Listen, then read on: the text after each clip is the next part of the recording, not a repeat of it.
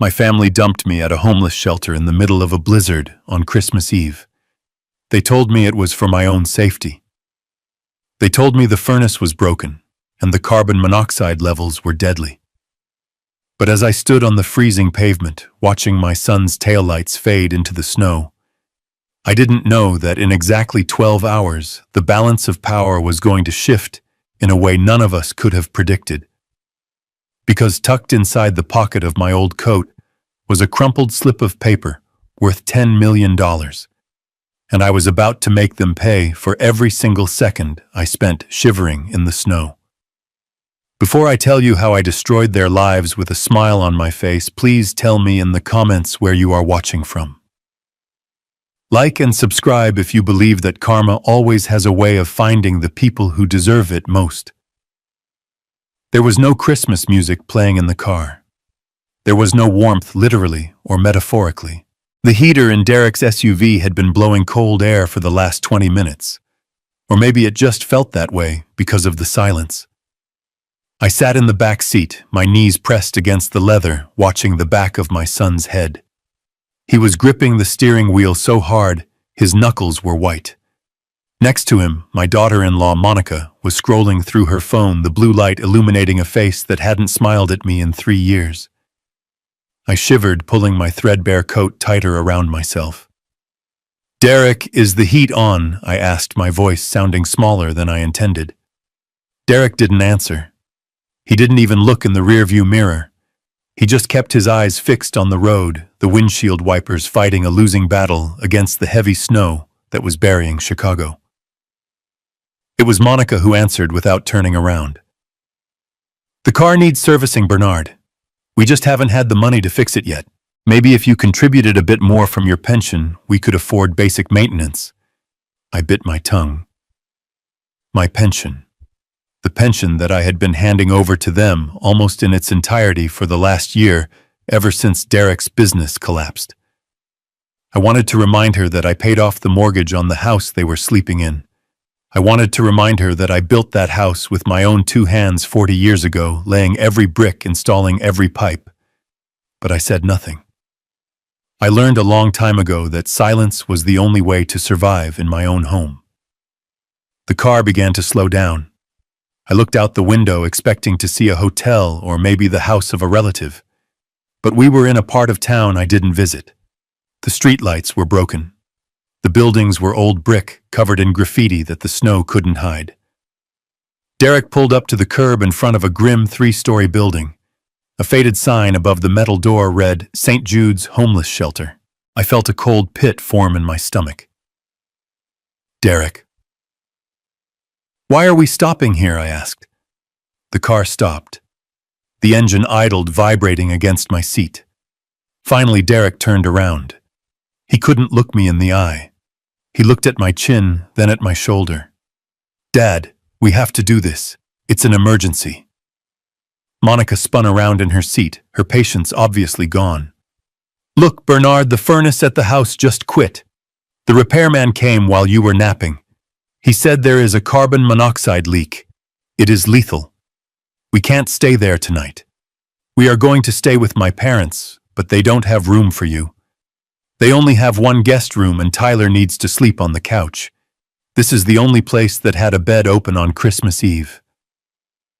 I looked at the building again. A line of men were huddled by the door, stomping their feet to stay warm. A shelter. My son was dropping me off at a homeless shelter. "But Derek, surely there's a motel," I stammered. "I have a little cash." "We don't have time to drive around looking for a motel," Bernard, Monica snapped. "The roads are getting worse. Do you want us to crash?" "It is just for 1 night. The repairman is coming back tomorrow morning. We will come pick you up by noon. Now get out, we are freezing." The locks clicked open. I opened the door and the wind hit me like a physical blow. I stepped out onto the icy sidewalk, my old boots slipping slightly. Before I could even close the door, I saw the trunk pop open. Derek got out, walked to the back, and pulled out my suitcase. It wasn't my overnight bag. It was my large, hard-shell suitcase, the one I used for long trips. He set it down on the wet pavement with a thud. I looked at the suitcase, then at him. Derek, why did you pack the big case if it is only for one night? He flinched. He looked like he was about to say something, maybe an apology, maybe the truth. But Monica honked the horn. Derek jumped. He looked at me one last time, his eyes watery, and whispered, "Stay warm, Dad." Then he got back in the car. I stood there as the SUV pulled away, the red taillights disappearing into the swirling white snow. I was 65 years old. I was a retired structural engineer. I had raised that boy alone after his mother died, and he had just left me on a curb with a suitcase that contained, I realized with a sinking heart, everything I owned. This wasn't for one night. They weren't coming back tomorrow. I dragged my suitcase toward the metal doors of St. Jude's. My hands were already numb. Inside, the air smelled of industrial bleach, wet wool, and unwashed bodies. It was a smell of hopelessness. A large woman sat behind a plexiglass window. She looked at me, then at my suitcase, then back at me. Name, she asked, her pen hovering over a clipboard. Bernard Walsh, I said. My voice shook. Date of birth. August 12th, 1958. She wrote it down. Any weapons, drugs, or alcohol? No, I said. I am just here because my house has a gas leak. My son dropped me off. The woman stopped writing. She looked up at me, really looked at me this time. Her eyes softened just a fraction. A gas leak on Christmas Eve, she repeated flatly. Honey, we hear a lot of stories in here. That's a new one. Bed 34, second floor, lights out at 10. Do not lose your ticket or you don't eat breakfast. I took the ticket. I walked through the metal detector. I had to surrender my pocket knife, the one my father gave me. I felt stripped. I felt naked. I found bed 34. It was a cot with a thin mattress and a gray wool blanket. To my left, a man was coughing a wet, rattling cough that sounded like death. To my right, a younger man was rocking back and forth, muttering to someone only he could see. I sat on the edge of the cot. I needed to know. The logic of the engineer in me couldn't let it go. A gas leak, carbon monoxide. It happened. It was possible. But why the big suitcase? And why did Monica look so annoyed rather than scared? I reached into my pocket and pulled out my phone. It was an older model, the screen cracked from when my grandson Tyler threw it against the wall because I wouldn't buy him a video game. I had 12% battery left. I scrolled through my contacts until I found Miller. John Miller lived next door to us. We had been neighbors for 20 years. We used to share tools. I pressed call. It rang 4 times. Hello, Bernie. John's voice was loud, cheerful. Merry Christmas, buddy. I thought you guys were busy. John, I said, trying to keep my voice steady. I need you to look out your window. Look at my house. There was a pause, the sound of footsteps. Okay, I'm looking. What am I looking for? Did you leave the lights on? John, are there any repair trucks outside or fire trucks? Repair trucks, no. Why is the house dark, Bernie? The place is lit up like the Rockefeller Center. I can see the Christmas tree in the bay window, and there are cars in the driveway. A Lexus and a Mercedes. Looks like you guys are having a hell of a party.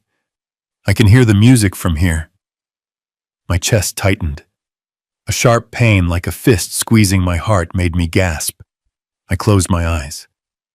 A Lexus and a Mercedes. Those were the cars Monica's parents drove. Her father, the retired banker, who looked at me like I was the gardener.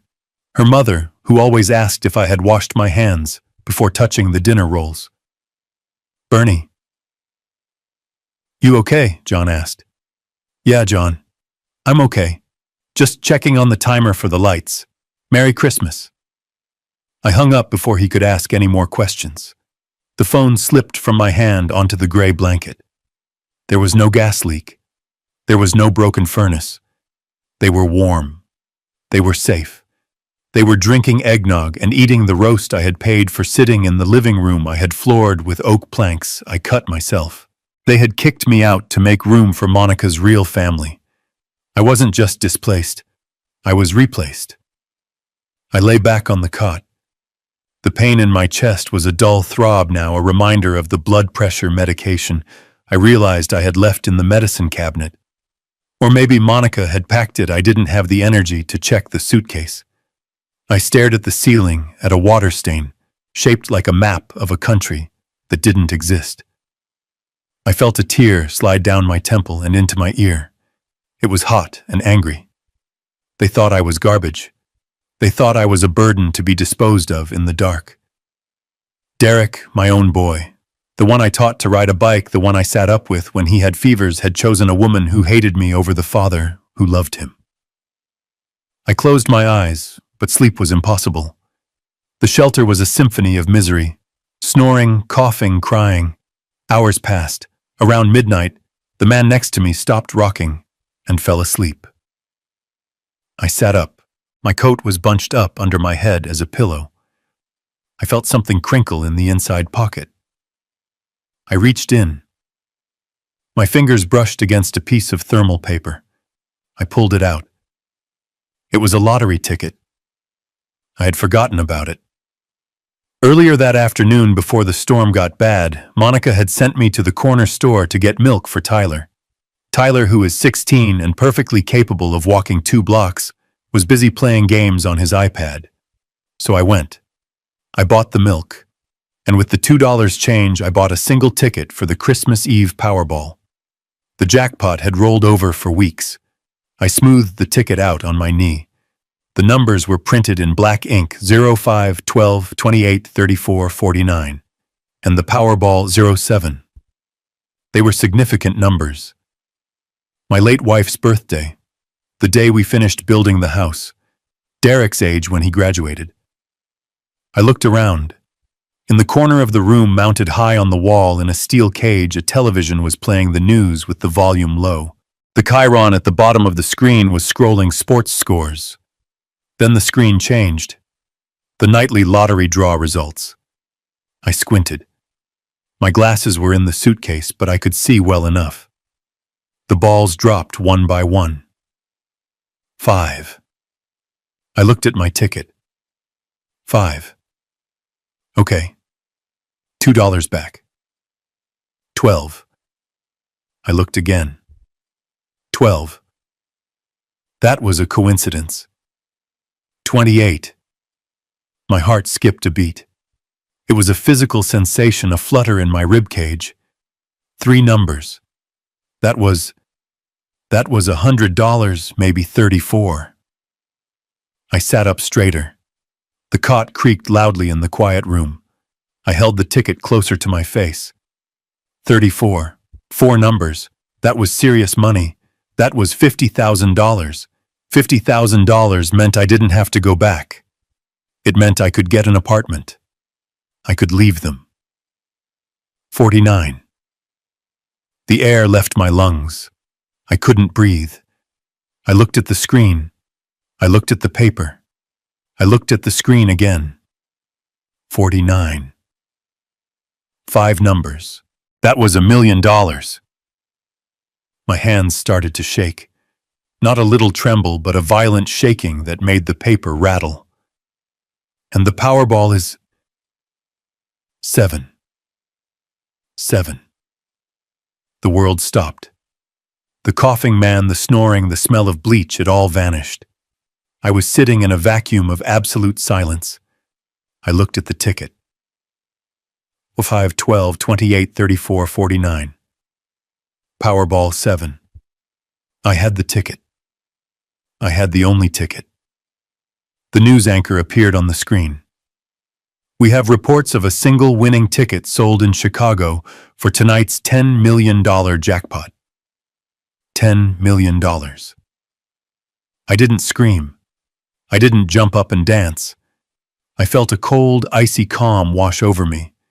It was the same calm I used to feel when I was an engineer standing on a bridge during a storm, assessing the structural integrity. I was assessing my life. $10 million. I looked at the suitcase that held my old clothes. I thought about the freezing walk to the car. I thought about Monica's smirk. I thought about Derek's cowardice. They had thrown me away like trash because they wanted my house and my pension. They wanted the scraps of a life I had spent 40 years building. If they had let me stay, if they had given me a warm bed and a plate of food, this ticket would have been theirs. I would have given it to them. I would have paid off Derek's debts.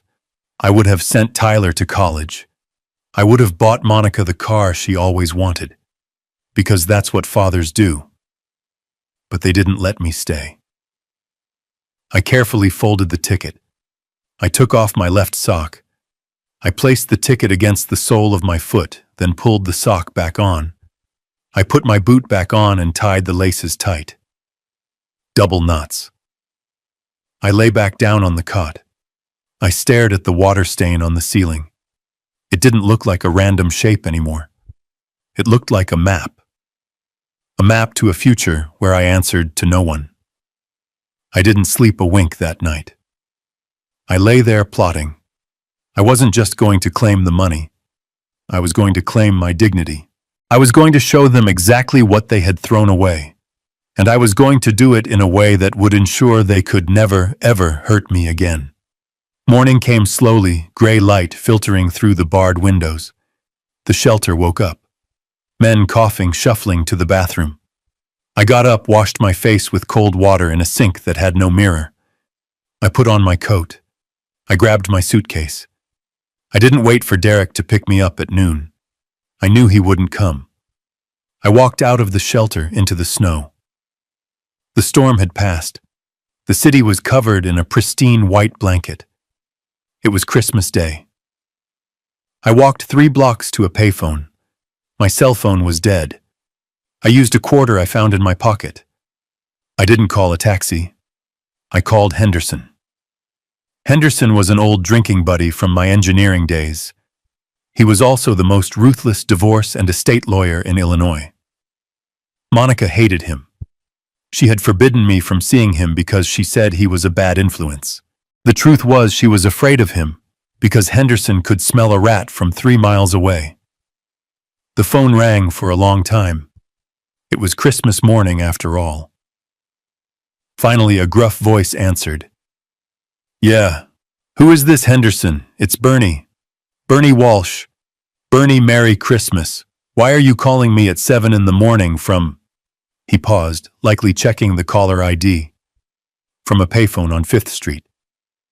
Did you get arrested? No, Henderson. Listen to me carefully. I need you to meet me at your office in an hour." "Bernie, are you crazy? It's Christmas. I'm in my pajamas. I'm making waffles for the grandkids." "Henderson," I said, my voice low and hard, "I am holding a piece of paper worth $10 million. And I need to cash it, and then I need to evict 3 people from my house before dinner time." There was a silence on the line, a long, heavy silence. Then I heard the sound of a chair scraping and keys jingling. "I'll make the coffee," Henderson said. "Don't talk to anyone else. Get here now." I hung up the phone. A taxi drove by and I flagged it down. I got in and gave the address. As we drove toward downtown, I passed my neighborhood. I saw the street leading to my house. I imagined them waking up hungover from their party, eating the breakfast I paid for, opening presents under the tree I decorated. They probably thought I was still sleeping on a cot, miserable and cold. They had no idea that the storm was coming back. And this time it wasn't bringing snow. It was bringing a judgment day they would never forget.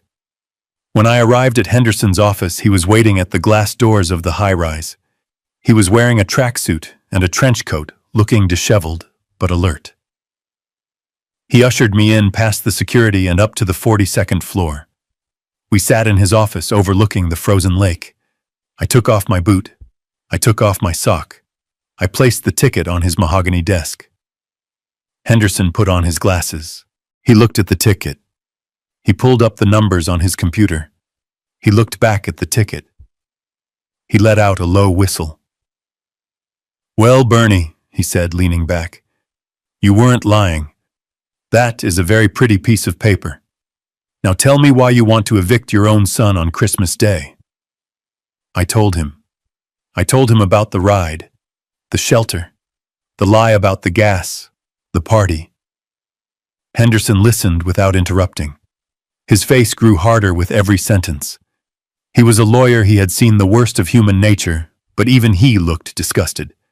When I finished, he stood up and walked to the window. So he said, turning back to me, "Here is the situation. You are rich, insanely rich, but right now, legally, you are a vulnerable senior citizen who was abandoned by his caregivers. That gives us leverage. A lot of leverage." "What do we do?" I asked. First, Henderson said, picking up his phone, "We verify this ticket with the Lottery Commission. I know the director. I'll get him to open the office for a verified claim today. We want this public. We want this loud." "Why public?" I asked. "Usually people want to stay anonymous." "Not you." Henderson smiled, a shark-like grin that showed all his teeth. "You want them to see it. You want them to know exactly what they lost. If we keep it quiet, they might try to manipulate you, say you were senile, try to get power of attorney before the money hits your account. But if you are on the 6 o'clock news holding a giant check that protects you, it proves you are competent, and it drives the knife in deeper." I nodded. "Do it." "And the eviction?" Henderson cracked his knuckles. "Technically, the house is in your name, right?" "Yes. I never signed it over even though Monica kept asking." "Good man. That means they are guests. Guests who have overstayed their welcome. But we can't just kick them out in the snow without a process. Unless what? Unless we catch them committing a crime. Or unless we make them leave voluntarily because they think they are getting something better." I looked at Henderson. "I don't want to give them anything better." "You won't," Henderson said. "We are going to play a game, Bernie. A game called The Prodigal Father Returns. We are going to let them see the money. We are going to let them smell it. We are going to let them think they won the lottery too. And just when they reach out to grab it, we are going to snap the trap shut." I liked the sound of that. By noon, we were at the lottery headquarters. The director, a man named Mr. Sterling, was there in a tuxedo. He had been on his way to a gala. He verified the ticket. He shook my hand. "We can have the press conference set up for the morning news tomorrow," Sterling said. "Or we can do a breaking news spot tonight." "Tonight," I said. "Prime time." Done. Henderson arranged for me to stay in the presidential suite of the Four Seasons. He sent a personal shopper to get me a suit. No more threadbare coats. I showered, shaved, and stared at the stranger in the mirror. He looked like Bernie Walsh, but his eyes were different. They were colder. At 6 o'clock, I sat in the hotel suite. Henderson was next to me. We turned on the TV. The local news intro played. Then the anchor's face appeared. "Breaking news this Christmas evening. In a miraculous turn of events, the sole winner of last night's $10 million Powerball jackpot has come forward." But the story behind the win is heartbreaking. Bernard Walsh, a 65-year-old retired engineer, purchased the winning ticket just hours before spending Christmas Eve in a homeless shelter. The screen changed to a pre-recorded video of me standing in the lottery office holding the giant check. I looked straight into the camera lens. "I want to thank God," I said in the video, "and I want to thank my family. If they hadn't dropped me off at the shelter last night because there was no room for me in my own home, I might never have checked this ticket. This is a new beginning for me. A beginning where I choose who belongs in my life." The segment ended. I looked at Henderson. "Now we wait," he said. My phone, which was charging on the table, lit up. It was Derek, then Monica, then Tyler, then Derek again. It buzzed and vibrated like an angry hornet. "Don't answer," Henderson said. "Let them sweat. Let them marinate in it." We ordered steak and lobster from room service. I ate slowly, savoring every bite. I imagined the scene at my house. The screaming, the panic, The realization that they had just thrown away $10 million. Around 8 o'clock, Henderson's phone rang. It was the security desk downstairs.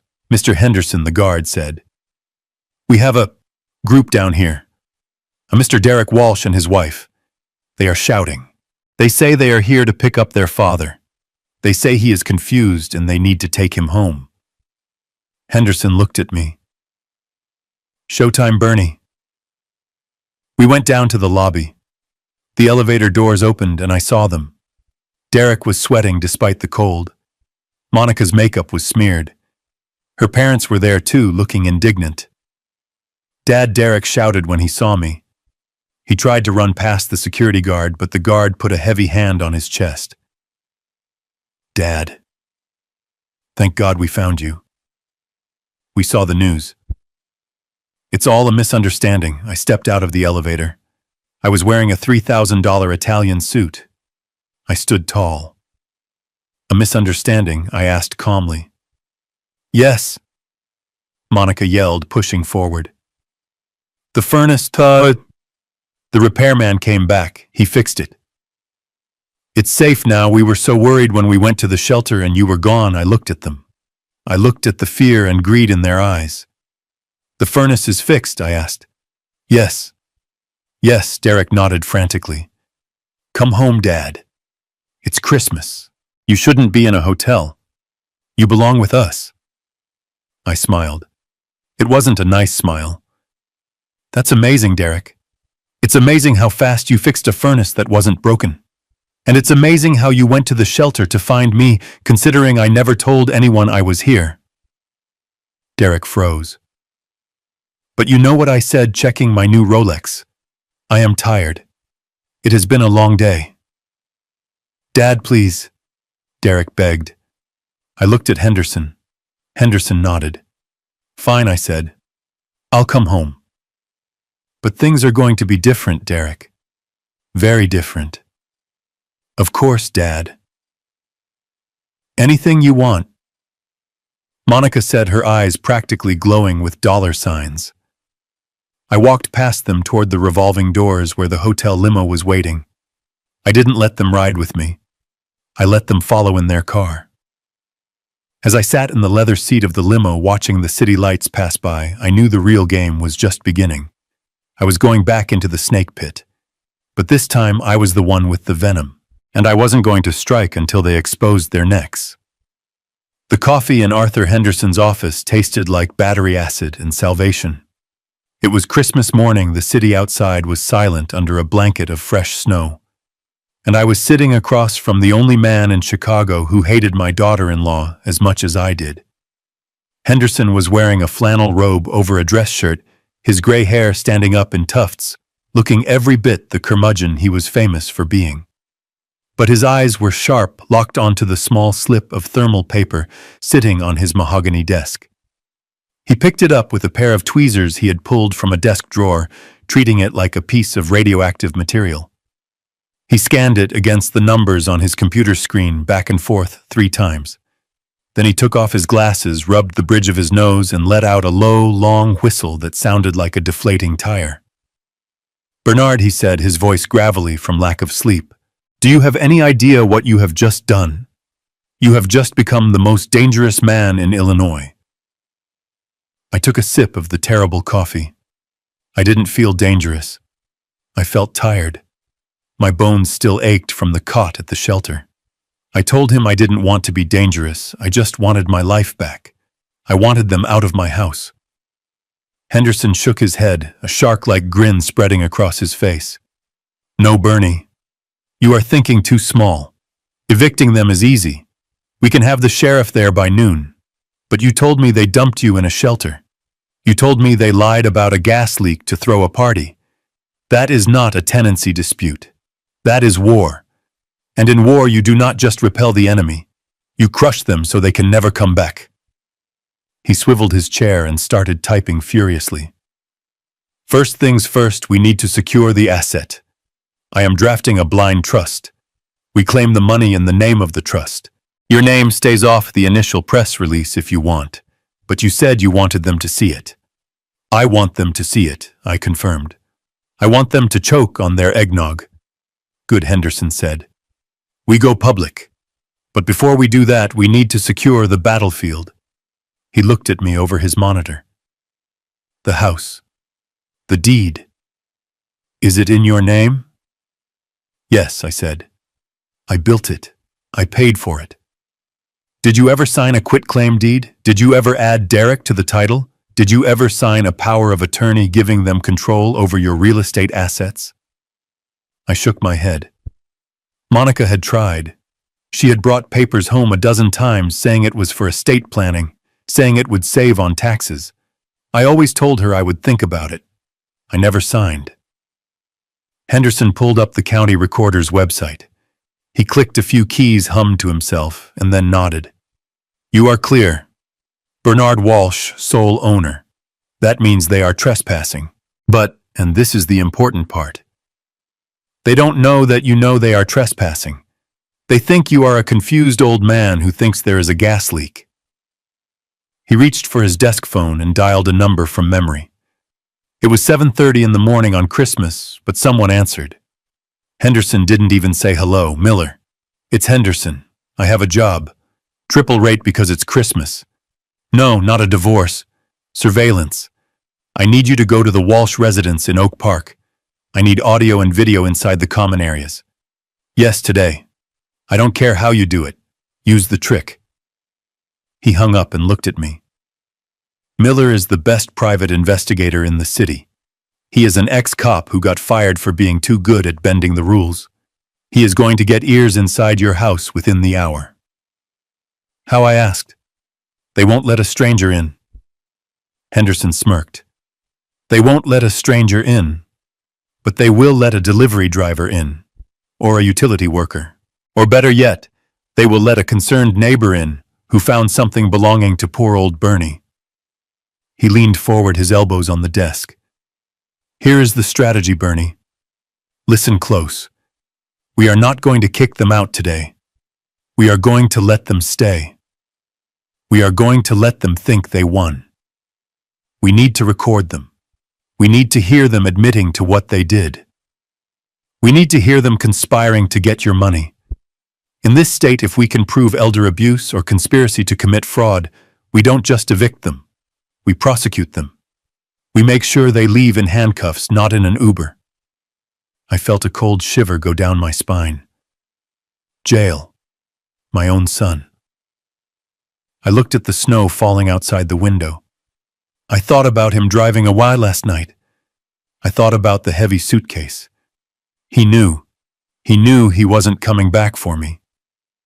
Do it, I said. Henderson nodded. Now we need a pretext for Miller to get the bugs in. You left your medication there, right?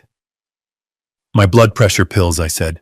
They are in the medicine cabinet in the master bathroom, which they took over 3 years ago. Perfect, Henderson said. Miller is going to go to the door. He is going to say he is a courier sent by you to retrieve your life-saving medication because you are stuck at a friend's house due to the storm.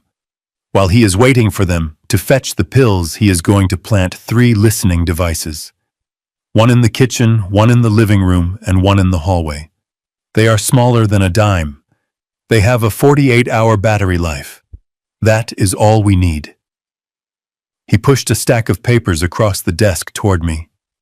This is a retainer agreement. It gives me full authority to act as your legal representative. It also authorizes the formation of the trust and the hiring of the private investigator. Sign it, and you stop being a victim.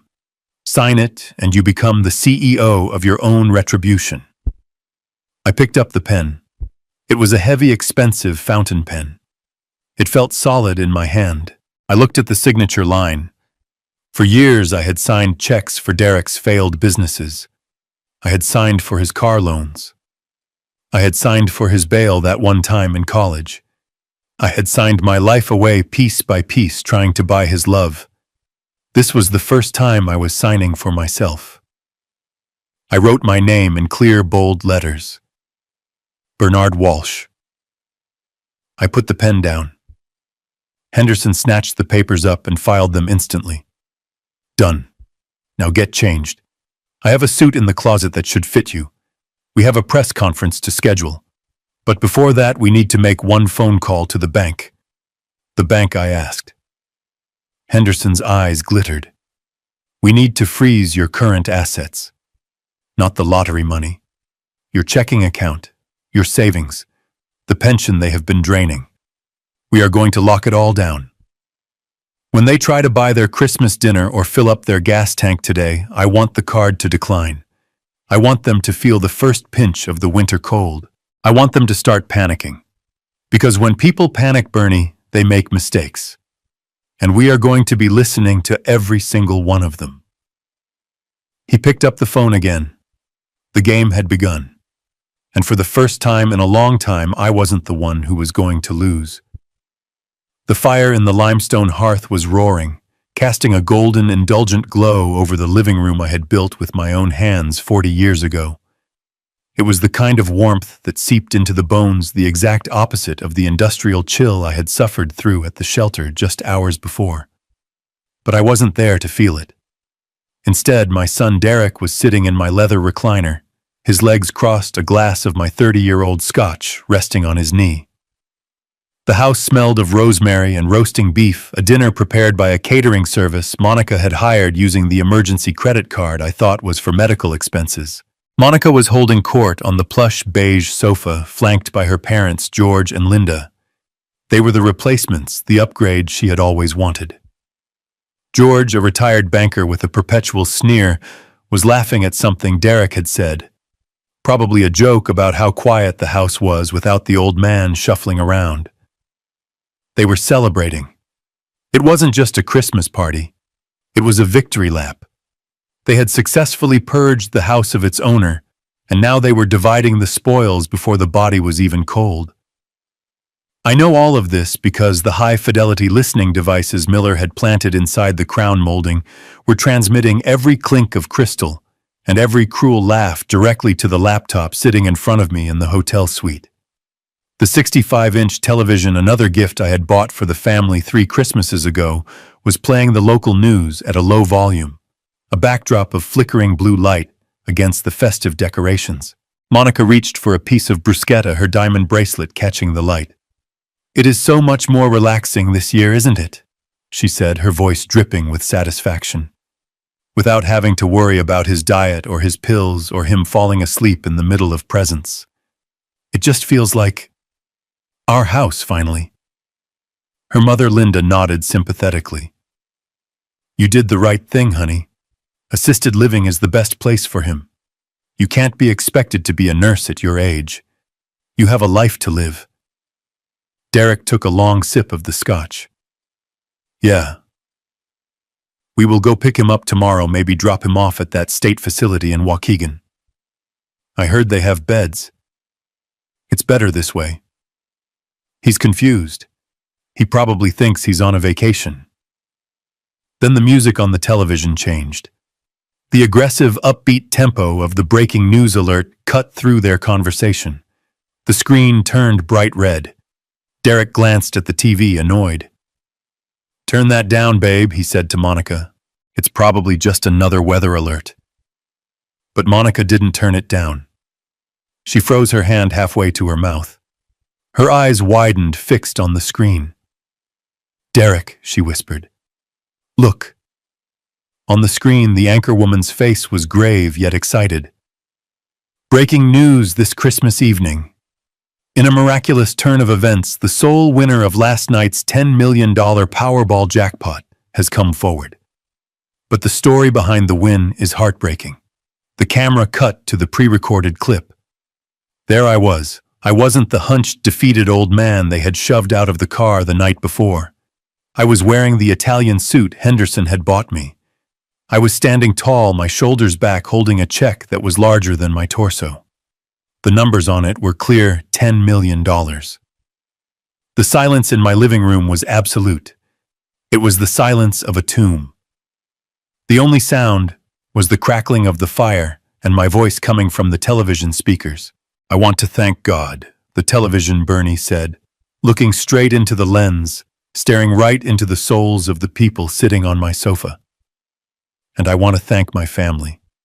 If they hadn't dropped me off at the shelter last night because there was no room for me in my own home, I might never have checked this ticket. This is a new beginning for me. A beginning where I choose who belongs in my life. The clip ended. The anchor reappeared. Mr. Walsh is currently staying at an undisclosed location for his safety, but sources say he plans to remain in Chicago to settle his affairs. The crystal glass slipped from Monica's fingers. It hit the hardwood floor and shattered the amber liquid splashing onto the Persian rug. She didn't even blink. She stared at the black screen where my face had been, her mouth hanging open in a rictus of horror. Derek stood up so fast his chair tipped backward and crashed onto the floor. He walked toward the television, stumbling like a drunk man, reaching out as if he could grab the money through the glass. "No," he wheezed. No, that's Dad." Monica's father, George, stood up, his face turning a dangerous shade of purple. "Is that true, Derek? Did your father just win $10 million? Derek turned to Monica. His face was pale, stripped of all the arrogance he had worn just moments ago. "You drove him there," he screamed, his voice cracking. "You made me drop him off. You said we needed the room." Monica snapped out of her trance. She flew off the sofa, her face contorted with rage. "Don't you put this on me, Derek. You agreed. You said he was a burden. You carried the suitcase, but the ticket." Derek yelled, grabbing his hair with both hands. "He bought the ticket yesterday. I sent him to the store. If we had let him stay, if he was here, that ticket would be on this table. We would be rich." "We are supposed to be rich," Monica shrieked. "That is our money." He is senile. He doesn't know what he is doing. He is going to give it away. The panic in the room shifted from shock to something much darker. Survival. Through the audio feed, I heard the desperation that I had only suspected before. "We owe the investors," Derek, Monica hissed, grabbing his lapels. "We owe them $80,000 by the 1st of the month. If we don't pay, they take the cars. They take everything. We needed to sell this house. That was the plan. We can't sell the house. If he has $10 million in lawyers," Derek cried, "he's going to figure it out." "Did you hear what he said? He said he chooses who belongs in his life. He knows Monica. He knows we dumped him." Monica's eyes darted around the room, manic and terrifying. "Call him. Call him right now." Derek fumbled for his phone, his hands shaking so badly he dropped it twice. He dialed. I watched my own phone sitting on the marble table in the hotel suite. It lit up. Derek. Calling. "Let it ring," Henderson whispered from the chair next to me. I let it ring. "Answer, damn you, answer!" Derek screamed at the phone in the living room. "Dad, pick up." "He's not answering," Derek said, terrified. "Call him again," Monica yelled. "Tell him we saw the news. Tell him we love him. Tell him the furnace is fixed." He dialed again. My phone buzzed again. I took a sip of water, watching the name flash on the screen. My son. The boy I had carried on my shoulders. The man who was now sweating through his shirt because he had lost his golden goose. "He isn't picking up." Derek sobbed. "He never turns his phone off. He's ignoring us." "He is with someone," Monica said, her voice dropping to a dangerous whisper. "Did you see the suit? Did you see the haircut? Someone got to him. Some lawyer shark got to him. They are going to steal our money, Derek." Her mother. Linda spoke up from the corner, her voice shrill. "Well, don't just stand there. You have to go get him. You are his son. He is confused. He is old. You have power of attorney, don't you?" "No," Derek yelled. "He never signed it." "Monica was supposed to get him to sign it next week, you idiots," George roared. "You let $10 million walk out the door in a snowstorm." Monica grabbed her purse. Shut up, all of you. We can fix this. He is weak. He has always been weak. He loves Derek too much. We just need to get him alone. We need to get him away from whoever is handling him." "Where is he?" Derek asked. The news said undisclosed location, Monica said, pacing like a caged animal. But he likes the Four Seasons. He always talked about their brunch, or the Ritz. Check the credit card, check the joint account. I canceled it, Derek said. I canceled his card this morning so he couldn't buy a bus ticket back here. The silence that followed was heavy with their own stupidity. Okay, Monica said, taking a deep breath. We drive. We check every five-star hotel in the city. He can't hide. He is our father. We have a right to him. We are going to bring him home. We are going to put him in his bed. And we are going to make him sign that ticket over to us before the sun comes up. Get the car. I heard the sound of keys jingling, the heavy front door slamming shut, and the frantic revving of an engine in the driveway. In the hotel suite, I leaned back. They were coming. They were coming to claim what they thought they owned. They were coming with lies about furnaces and love fueled by a panic that only money could generate. Henderson looked at me. Are you ready? I straightened my tie. I looked at the image of myself on the paused TV screen holding the check. Let them come, I said. I have a reception waiting for them that they will never forget. The crystal chandelier in the center of the hotel lobby was the size of a small car, casting prisms of light across the marble floor. I stood directly beneath it. Henderson, a silent shadow at my shoulder, as the revolving doors spun and spat out my family. They didn't look like they belonged here. The hotel smelled of fresh lilies and expensive perfume. They smelled of frantic desperation and exhaust fumes. Derek spotted me first. He froze, his eyes widening as he took in the suit. The posture, the sheer difference in the man he had dumped on a curb less than 24 hours ago. For a split second, I saw the guilt. It flickered across his face like a shadow, but then, inevitably, the greed washed it away. Dad, he shouted, his voice cracking. He started to run, his heavy boots clomping loudly on the polished stone. Two security guards stepped forward, forming a wall of black wool, but I waved a hand. Let him come. I needed this. I needed to feel the Judas kiss. He crashed into me, wrapping his arms around my shoulders, burying his face in my new Italian suit. He was shaking, violently shaking. Dad. Oh my God. We were so scared. We thought we lost you. I didn't hug him back. I let my arms hang by my sides, standing rigid as a statue. You didn't lose me, Derek, I said, my voice devoid of any warmth. You dropped me off. Monica was right behind him. She didn't hug me. She stopped 3 feet away, her hands flying to her mouth in a performance that deserved an award. She let out a sob, a wet, ragged sound that echoed in the quiet lobby. Bernard. How could you do this to us? We went back to the shelter this morning to get you. The furnace was fixed. We were going to bring you home for Christmas breakfast, and you were gone. She was good. She was terrifyingly good.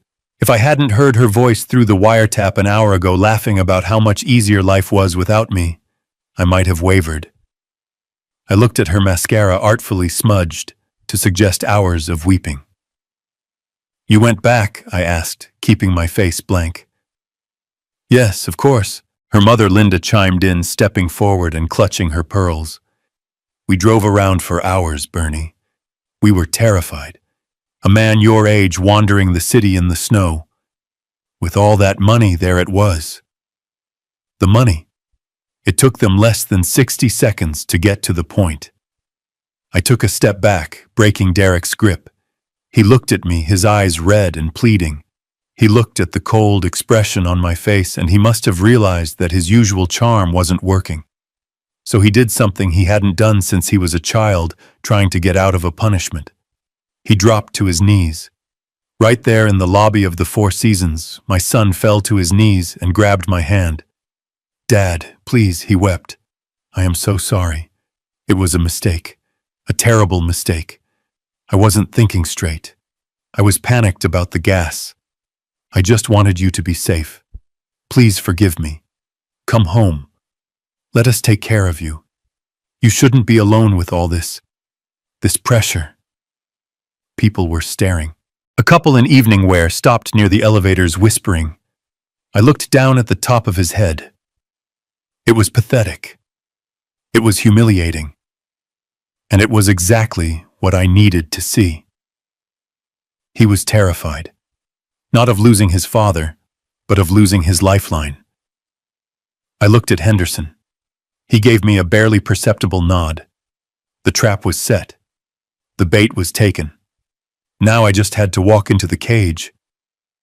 I let out a long, weary sigh, the sound of an old man who just wants peace. Get up, Derek, I said softly. You are making a scene. He scrambled to his feet, hope flooding his face. You will come home. I looked at Monica. She was holding her breath, her eyes locked on mine like a laser. She was calculating. She was already spending the money in her head. I am tired, I said. I have been sleeping on a cot. I have been dealing with lawyers and bankers all day. I just want to sit in my own chair. Yes, Monica cried, clapping her hands together.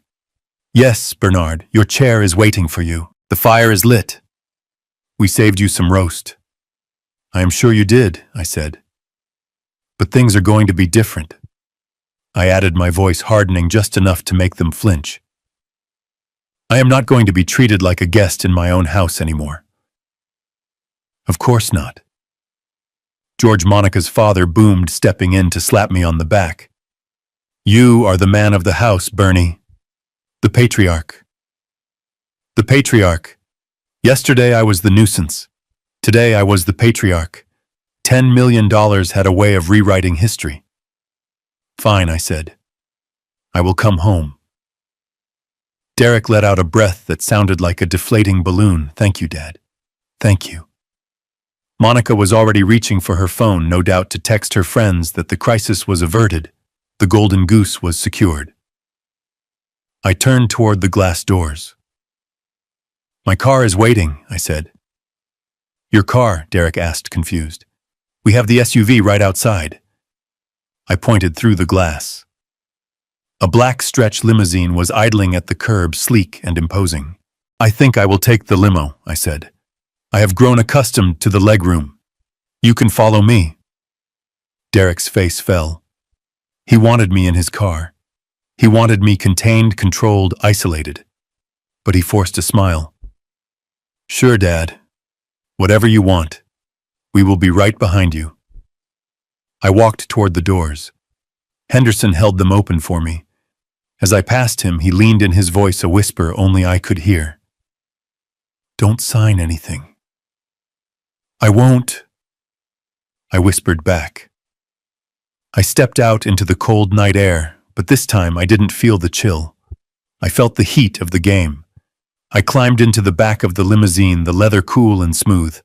I watched through the tinted rear window as my family scrambled into their dented SUV, desperate not to lose sight of me. They looked relieved. They looked triumphant. They thought they had won. I poured myself a glass of sparkling water from the limo's bar. All right, I said to the empty car. Let's go home. After all, family is everything. The limousine tires crunched over the snow in my driveway, a sound that felt distinctly different from the scraping of my boots on the ice 24 hours earlier. When the driver opened the door, I didn't step out into the cold wind of abandonment. I stepped out into a receiving line. Derek was already there, his hand extended to help me up, treating me as if I were made of fragile antique porcelain, instead of the same flesh and bone he had discarded the night before. Careful, Dad. He said, his voice thick with a solicitousness that made my skin crawl. The steps are slippery. I wouldn't want you to fall. I looked at him. This was the man who had watched me drag a heavy suitcase across a frozen parking lot without lifting a finger. Now he was guiding me by the elbow, shielding me from a non-existent breeze. I let him do it. I let him lead me up the walkway, past the snow-covered azaleas I had planted for his mother, and toward the front door where Monica was waiting. She had fixed her makeup. The mascara streaks were gone, replaced by a fresh coat of lipstick and a smile that looked like it had been stapled onto her face. She held the door open wide, ushering me into the warmth. "Welcome home, Bernard," she said, practically curtsying. "We kept the fire going for you. Here, let me take your coat. That is a beautiful suit." "Is it silk?" "It is," I said, allowing her to peel the jacket from my shoulders. She stroked the fabric with a hunger that wasn't about fashion. It was about value. She was assessing the net worth of the man standing in her foyer. The house smelled of roasted beef and expensive red wine, a scent that should have been comforting but now smelled like bait. They led me to the dining room. The table was set with the good china, the wedding china my wife and I had received 40 years ago, which Monica usually kept locked away in a cabinet because she said I was too clumsy to use it. Now my place setting was at the head of the table, flanked by crystal goblets and polished silver. "Sit, Dad. Sit," Derek urged, pulling out the chair. I sat. I looked around the table. Monica's parents, George and Linda, were already seated, smiling at me with a terrifying intensity. Bernie George boomed, raising his glass. "The man of the hour, we were just saying how incredible this is. A miracle, truly. A miracle," I agreed, unfolding my napkin. "Or luck.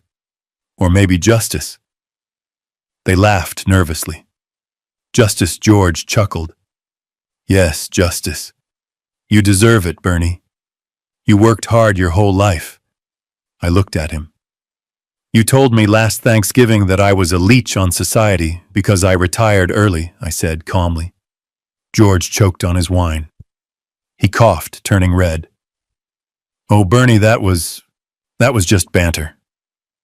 You know how I am, political talk. I never meant you specifically." I didn't smile. I just picked up my fork. Just then, the kitchen door swung open and my grandson Tyler walked in. He was 16 years old, wearing headphones around his neck, and a sullen expression that usually greeted me whenever I entered a room. But tonight, the headphones were off. He was wearing a collared shirt that wasn't tucked in, but it was an effort. He stopped at the table and looked at me. His eyes went to the suit, then to the watch Henderson had loaned me, then to my face. "Hey, Grandpa," he said. "Hello, Tyler," I replied. He shuffled his feet. I saw you on TV. That was crazy." "It was," I said. "Is it true?" he asked, sliding into the chair next to me. "Do you really have $10 million? Derek cleared his throat. "Tyler, don't be rude." "It is okay," I said, waving a hand. "Yes, Tyler. It is true." Tyler's face transformed. The sullen teenager vanished, replaced by a bright-eyed, eager child. "That is awesome, Grandpa. Seriously. You know, I was telling Dad, my car, the Honda. It's making a weird noise. The transmission is shot." Tyler, Monica hissed.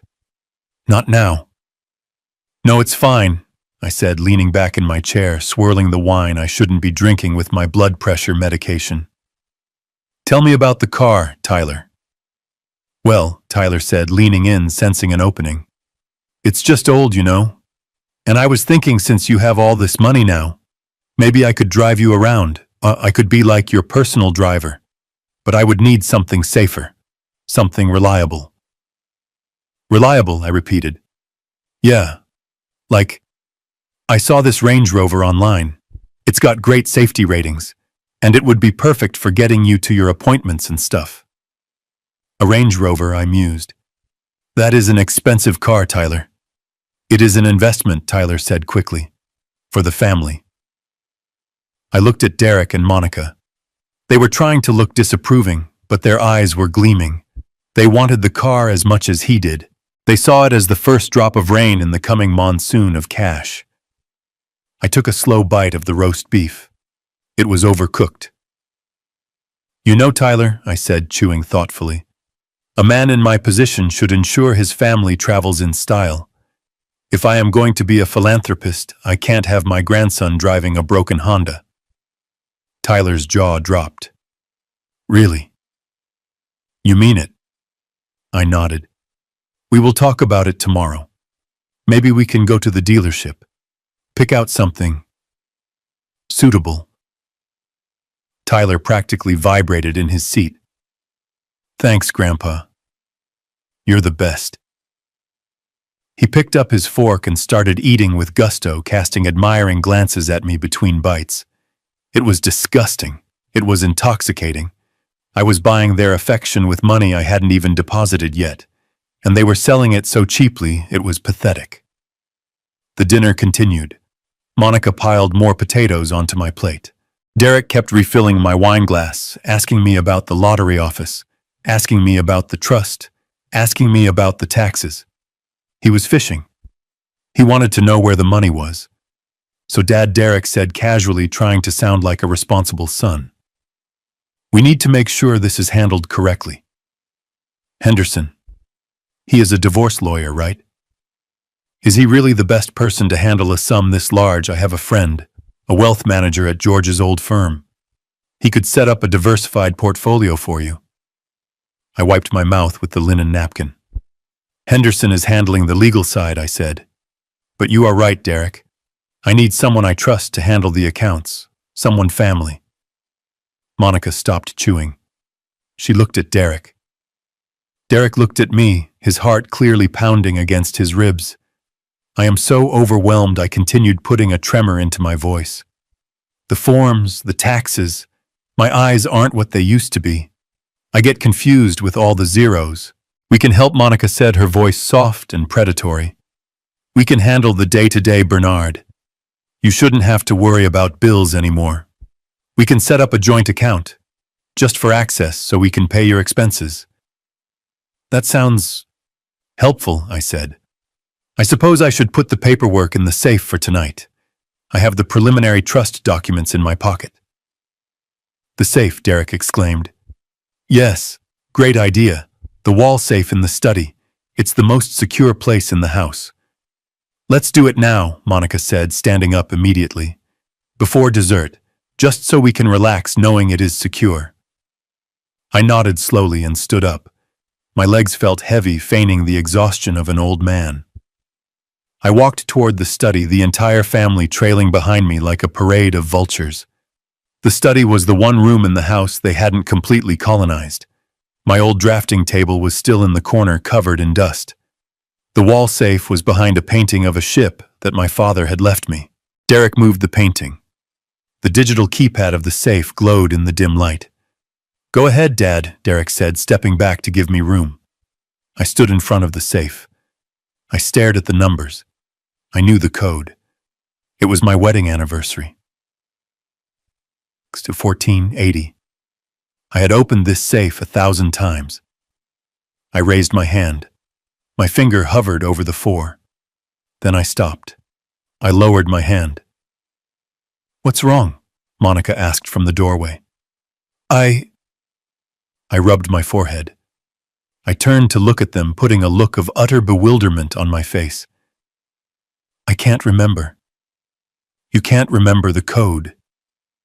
Derek asked, a nervous laugh escaping his lips. "Dad, you open this safe every month to get your passport." "I know," I said, my voice rising in fake panic. "I know. But it's gone. My mind. It's just blank. It has been such a long day. The shelter, the snow, the shock. It's okay," Monica said, stepping forward, her voice tight. "It's okay, Bernard. Just take a breath. Is it your birthday?" I tried. 0812. The safe beeped.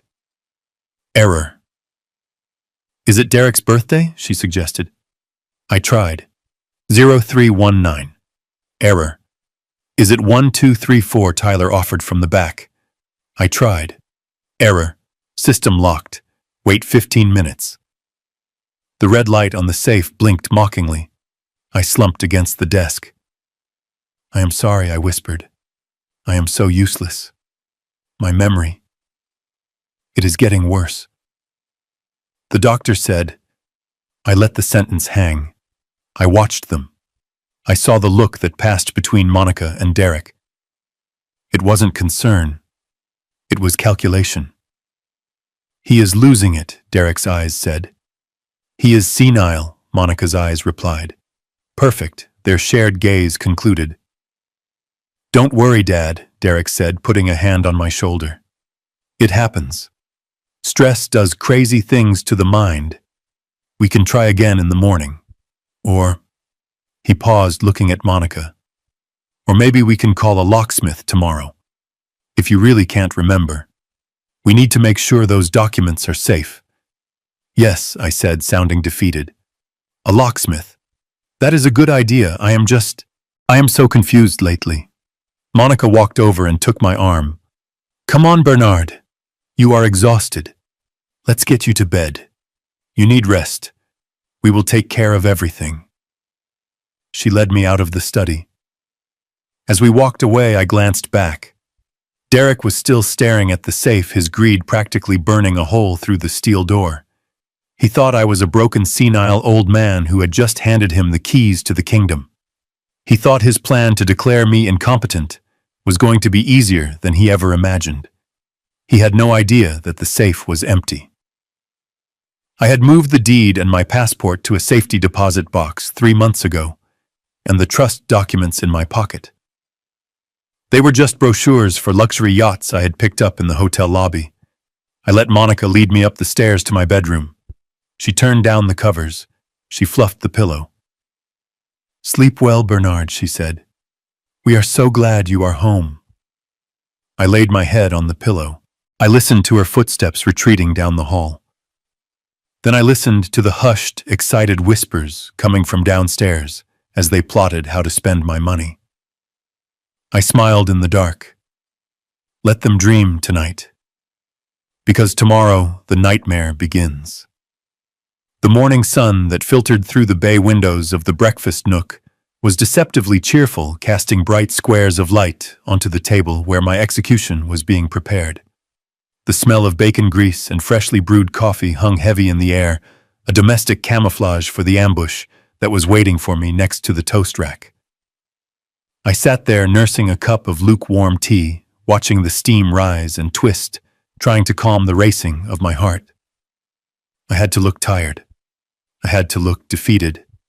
I had to look like a man whose mind was slipping through his fingers like dry sand.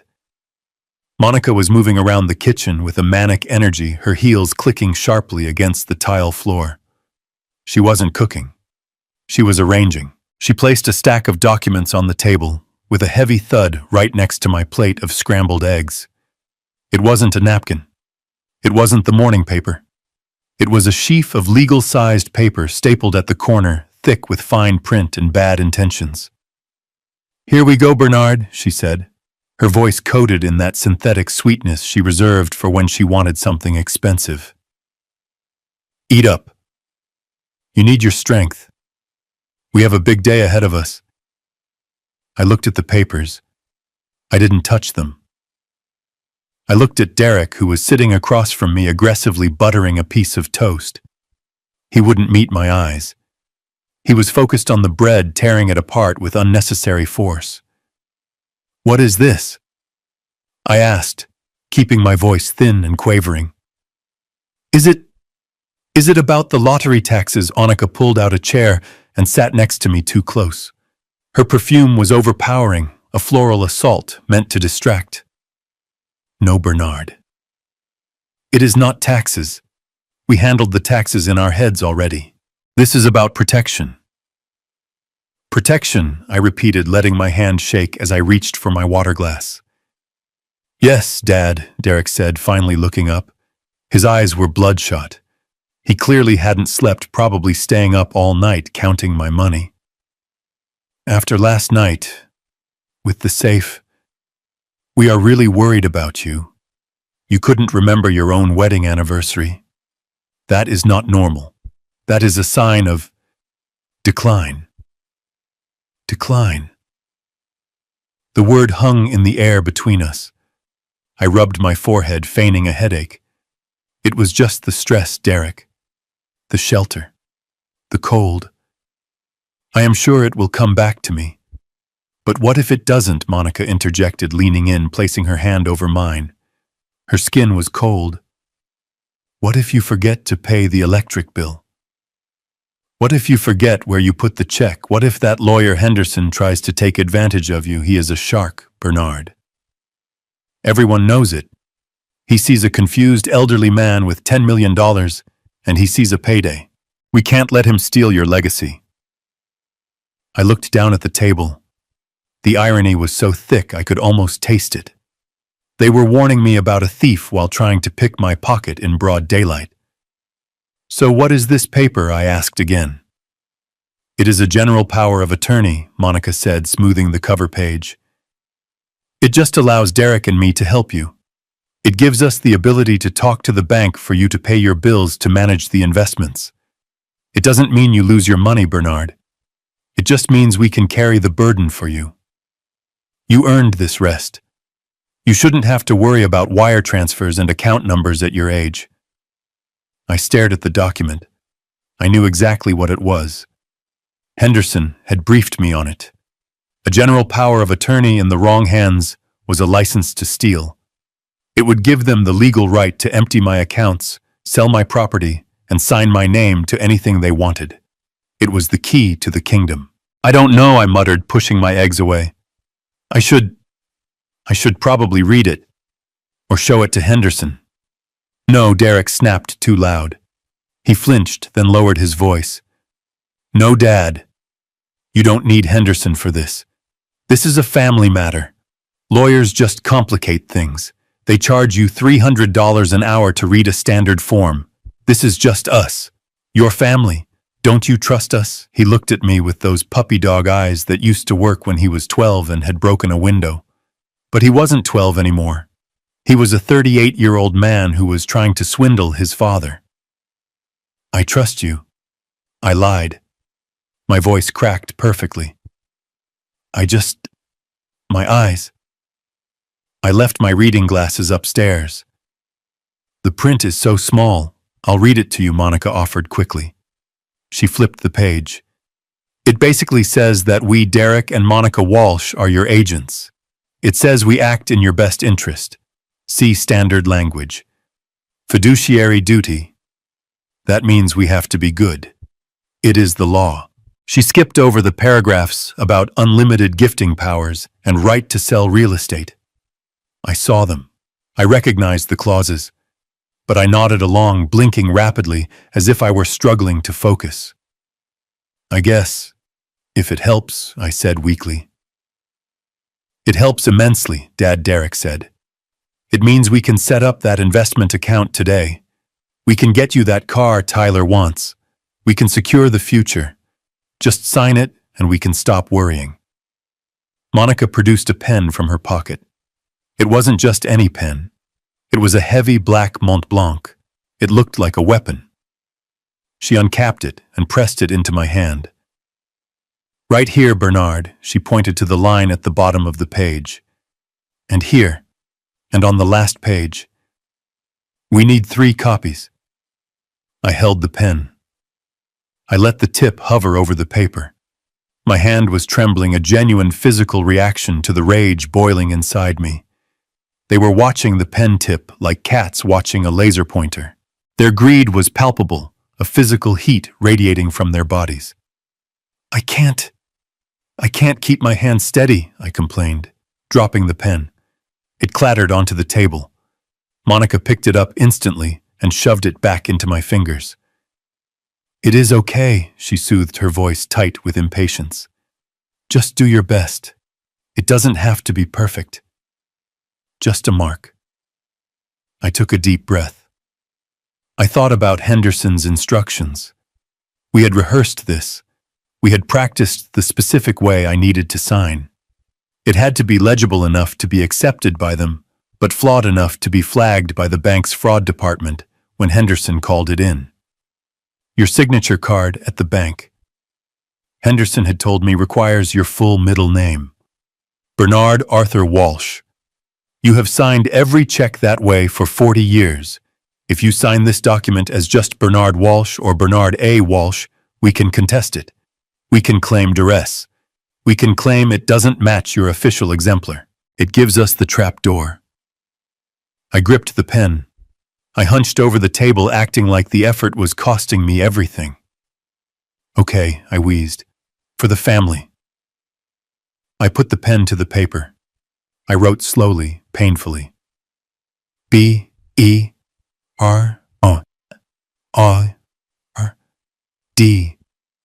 Monica held her breath. W-A-L-S-H.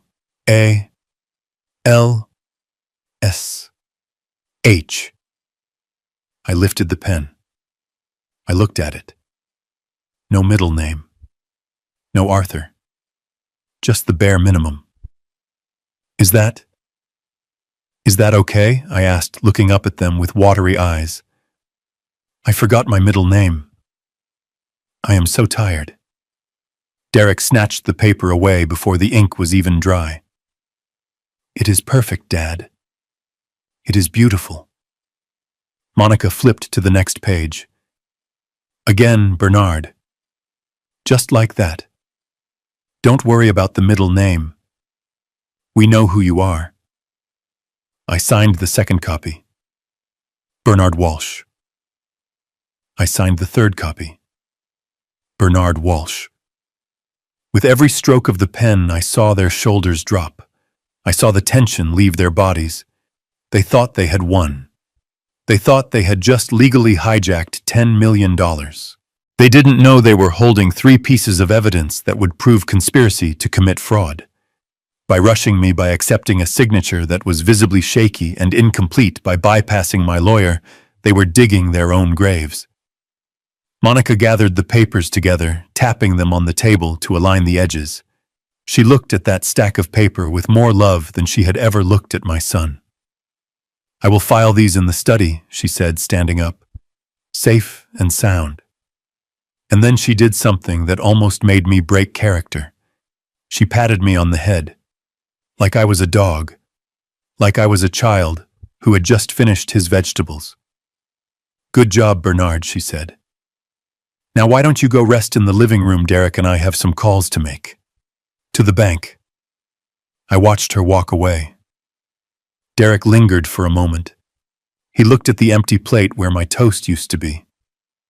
Thanks, Dad, he mumbled. You won't regret this. I looked at him. I looked at the son who had just tricked his father into signing away his life. I know I won't, Derek, I said softly. He didn't hear the double meaning. He just nodded and followed his wife into the hallway. I heard them high-five. I actually heard the slap of skin on skin. Then I heard Monica whisper, "We did it. We are rich." I sat at the table for a long time. The coffee was cold. The house was quiet. But inside my head, the clock was ticking. They were going to the bank. They were going to try to use that paper. And when they did, Henderson's trap would snap shut. I stood up, my legs feeling stronger than they had all morning. I walked to the window and looked out at the snow. Go ahead, I whispered to the empty room. Go to the bank. Run. Because you are running straight off a cliff, and this time I am not going to catch you. The house that night did not look like the home I had built. It looked like a casino that had been airdropped into the suburbs. By 7 o'clock, the driveway was overflowing with cars I didn't recognize. Derek and Monica had invited everyone they knew, and plenty of people they didn't, to what they were calling a celebration of good fortune. They weren't waiting for the check to clear. They weren't waiting for the ink to dry on the power of attorney documents.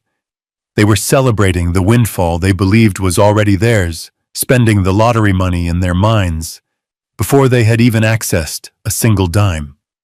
I sat in the corner of the living room in my wingback chair, a glass of water in my hand, watching the spectacle. Monica had hired a bartender. A young man in a black vest was shaking martinis in the corner where my wife's piano used to be. The room was filled with smoke and loud laughter, the kind of performative joy that reeks of desperation and greed. Derek was the center of attention. He was wearing a new watch, a gaudy gold thing, that looked heavy on his wrist. He was holding court with a group of his old fraternity brothers, men who hadn't spoken to him in years when he was broke, but who had swarmed back like flies to honey the moment the news broke. My dad, Derek, was saying, his voice slurring slightly. He is a genius. He has this system, see.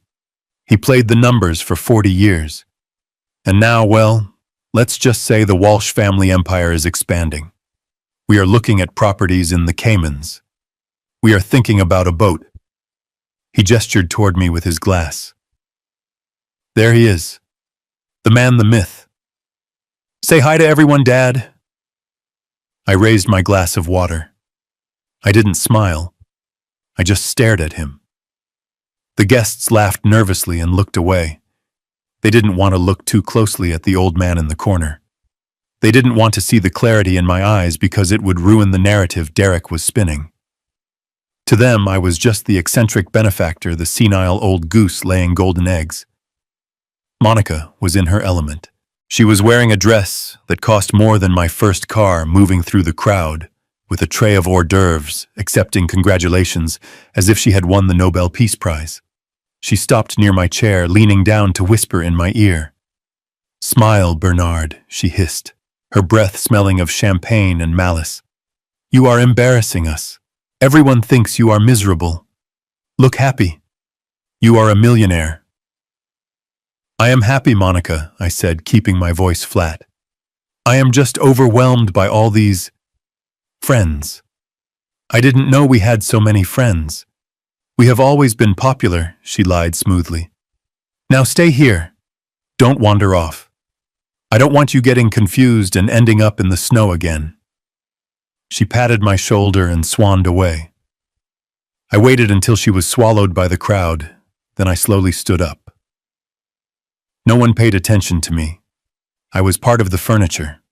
I shuffled toward the hallway, moving with the slow, deliberate gait of the infirm. I made my way to the downstairs bathroom, locked the door, and pulled out my phone. I opened the app that connected to the listening devices Miller had planted. I put in my earpiece. The cacophony of the party filtered through the living room bug, but the study bug was quiet. Silence. Then I heard the click of the study door opening. I heard heavy footsteps. 2 pairs. No 3. I switched the audio feed to the study. "So this is the place," a voice said. It wasn't Derek. It wasn't anyone I knew. It was a deep, gravelly voice, heavy with a thick Chicago accent. It sounded like gravel being ground in a cement mixer. "This is it," Monica's voice replied. 4 bedrooms, 3 baths, fully finished basement. Prime lot. The market value is $500,000 easy. I held my breath. They were in my study, my sanctuary. And the title, the man asked. "Is it clean?" "Clean as a whistle," Derek said. His voice was nervous, higher pitched than usual.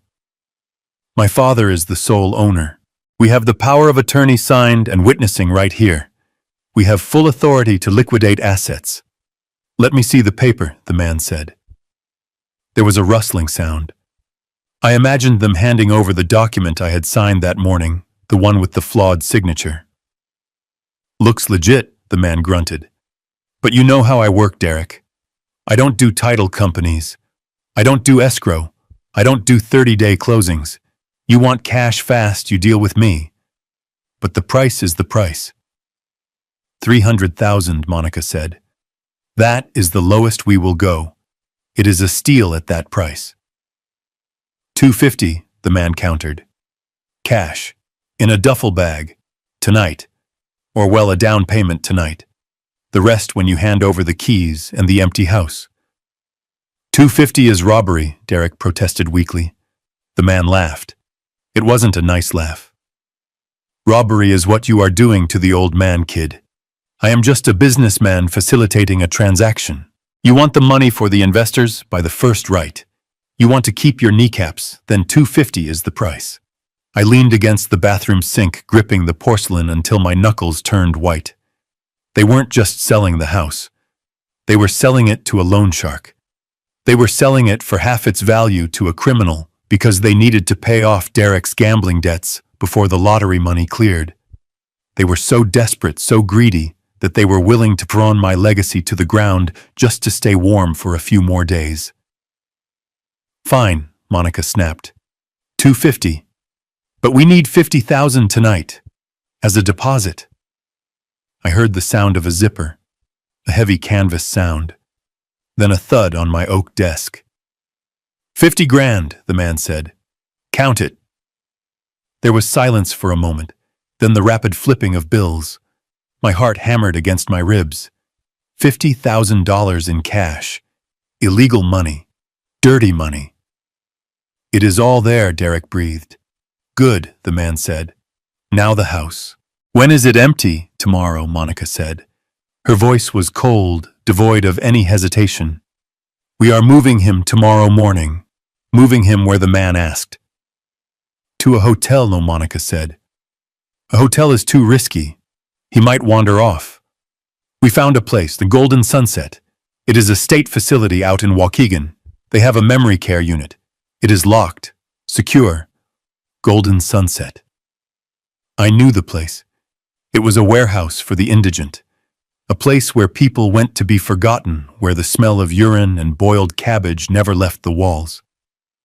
You are putting a millionaire in a state home, the man asked, sounding almost impressed. That is cold, lady. Even for me. He is confused, Derek said, quickly defensive. He needs structure. We will move him to a better place once the lottery money comes in. Once we have control of the trust. Yeah, sure you will, the man scoffed. Look, I don't care what you do with the old guy. Just make sure he is gone. I am bringing my crew in on Friday to gut the place. We are flipping it. I don't want to find Grandpa sleeping in the attic. He will be gone, Monica promised. The van is coming at 8 a.m. By 9, this house is yours. Pleasure doing business, the man said. I heard the door open and close. I heard Derek and Monica exhale in unison. We did it, Derek whispered. 50,000. We can pay Vinny. We can keep the cars. And we have the house money coming next week, Monica added, plus the lottery. Derek, we are going to be kings of this city. I took the earpiece out. I stared at my reflection in the mirror. My face was pale, but my eyes were burning. They were going to sell my home to a criminal. They were going to lock me in a state facility. They were going to gut my house, destroy everything I had built, everything that held the memory of my wife. I wasn't just a victim anymore. I was the only thing standing between them and total destruction. But now I had them. I had them on tape conspiring to sell a house they didn't own. I had them accepting illicit cash. I had them planning to imprison me.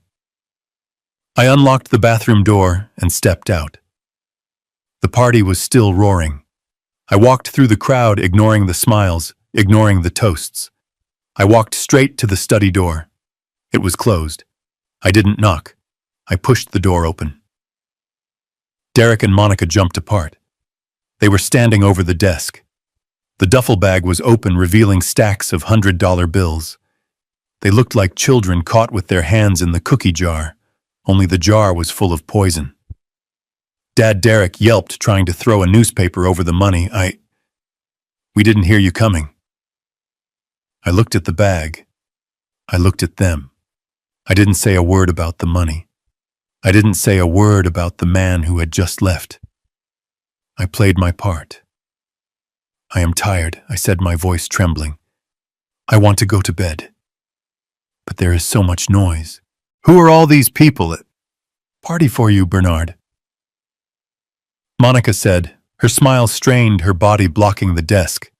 To celebrate, I don't want a party, I said. I want my house back. I want quiet.